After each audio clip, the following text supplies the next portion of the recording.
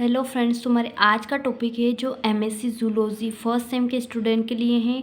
Paper third की unit 4 का third topic है conservation of wild life in India. इसका इंट्रोडक्शन से है वाइल्ड एनिमल का शिकार न केवल फूड के लिए बल्कि आर्थिक लाभ के लिए भी होता है। इसी कारण से ये दिन प्रतिदिन मानव की क्रूरता के शिकार हो रहे हैं। गवर्नमेंट इनके सेफ्टी और कंजर्वेशन के प्रयास कर रही है।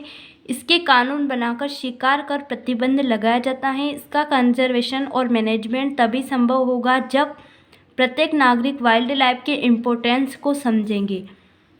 सेकेंड पॉइंट है conservation of wild life. Conservation का मीनिंग है कंजर्व करना, किसी वस्तु को बिना नुकसान पहुंचाए उन्हें बचाए रखना। किंतु environment, pollution, hunting, skin, meat, तीत आदि नेशनल और इंटरनेशनल तस्करी के चलते वाइल्ड लाइफ के समस्त अस्तित्व को खतरा उत्पन्न हो गया है। इसमें वाइल्ड लाइफ की बहुत सी स्पीसीज या तो खत्म हो गई या खत्म होने के कगार पर हैं। इन्हें बचाने के लिए नेशनल और इंटरनेशनल, स्टेट और सेंट्रल गवर्नमेंट के थ्रू कई प्रयास किए जा रहे हैं। अगला है method of wild life conservation. इसका फर्स्ट है हैबिटेट मैनेजमेंट। जिन हैबिटेट में वाइल्ड एनिमल को रखा जाता है उनका मैनेजमेंट जरूरी होता है। इसमें वाइल्ड एनिमल के लिए आवश्यक सभी चीज़ें उन्हें प्रोवाइड की जाती हैं। इसके जिन ऑर्गेनिज्म के अंतर्गत नेशनल पार्क, सेंचुरी तैयार की जाती हैं उनकी रिस्पॉन्सिबिलिटी होती है कि वे वाइल्ड एनिमल का ध्यान रखें। अगला है ब्रीडिंग इन कैपेसिटी। एनिमल की नेचुरल ब्रीडिंग के साथ आर्टिफिशियल ब्रीडिंग कराई जानी चाहिए और इसके बाद उन्हें पुनः उनके नेचुरल हैबिट में छोड़ देना चाहिए। वाइल्ड एनिमल के लिए उपयुक्त स्थानों पर हॉस्पिटल्स होने चाहिए जहां पर उनका ट्रीटमेंट किया जा सके। ऐसे एनिमल जिनमें कोई डिसीज हो या महामारी हो उन्हें उस स्थान से हटाकर अदर हैबिट पे छोड़ देना चाहिए।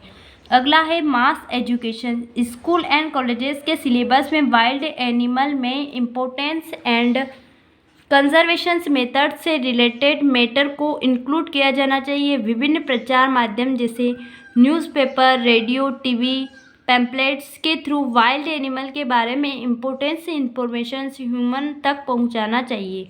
अगला है लॉ ऑफ हंटिंग। शिकार संबंधित कानून का कठोरता से पालन होना चाहिए। इसके लिए प्रोटेक्शन एक्ट तैयार किए जाने चाहिए। फोर्थ पॉइंट है टू स्टार्ट स्पेशल प्रोजेक्ट। इसमें फर्स्ट प्रोजेक्ट है project tiger. Indian tiger, Panthera tiger, इसका नाम कंजर्वेशन में सबसे पहले है। इस प्रोजेक्ट को 1972 में स्टार्ट किया गया और 1973 से 1974 में एक सक्सेसफुल कंजर्वेशन प्रोजेक्ट माना गया। इस प्रोजेक्ट के लिए स्पेशल टाइगर रिजर्व बनाए गए। 20 सेंचुरी की स्टेरिंग में इंडिया में टाइगर की संख्या 1827 रह गई थी। 1972 में wild life conservation act start किया गया और टाइगर्स की संख्या कई गुना बढ़ा दी गई। अगला है गिर लोयन प्रोजेक्ट। एशियोटिक लोयन यानी पैंथेरा लियो पर्सिका, जिसे भारतीय शेर भी कहा जाता है, इसे कंजर्व करने के लिए इंडियन गवर्नमेंट ने 1972 में इस ओर ध्यान दिया और गिर लोयन प्रोजेक्ट स्टार्ट किया। एशियोटिक लोयन पहले पूरे नॉर्थ ईस्ट एरिया में फैले हुए थे, परंतु अब ये गुजरात के काठियावाड़ के गिर फॉरेस्ट तक ही सीमित है। इस प्रोजेक्ट के पहले लोयंस के कंजर्वेशन के लिए 1883 में गिर नेशनल पार्क का नोटिफिकेशन जारी किया गया था, लेकिन ये प्रोजेक्ट अधिक सफल नहीं हो सका। उन्हें बचाने के लिए 1948 में लोयन प्रोजेक्ट एक्ट स्टार्ट किया गया था, जिसमें लोयंस के शिकार पर पूर्णतः प्रतिबंध लगाया गया। अगला है क्रोकोडाइल प्रोजेक्ट।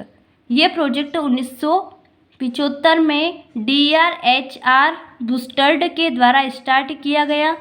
इसके लिए क्रोकोडाइल फॉर्म उड़ीसा के भिटारकनिका टापू में बनाया गया। ईयर 1976 में क्रोकोडाइल सेंचुरी स्टार्ट की गई। इसमें इंडिया में प्रेजेंट 3 स्पीसीज घड़ियाल क्रोकोडाइल को कंजर्व किया गया। इसके लिए कुछ सेंचुरी को सिलेक्ट किया गया, जैसे Krishna sanctuary, Andhra Pradesh sanctuary, UP, MP and Rajasthan state में भी क्रोकोडाइल कंजर्वेशन स्टार्ट किया गया।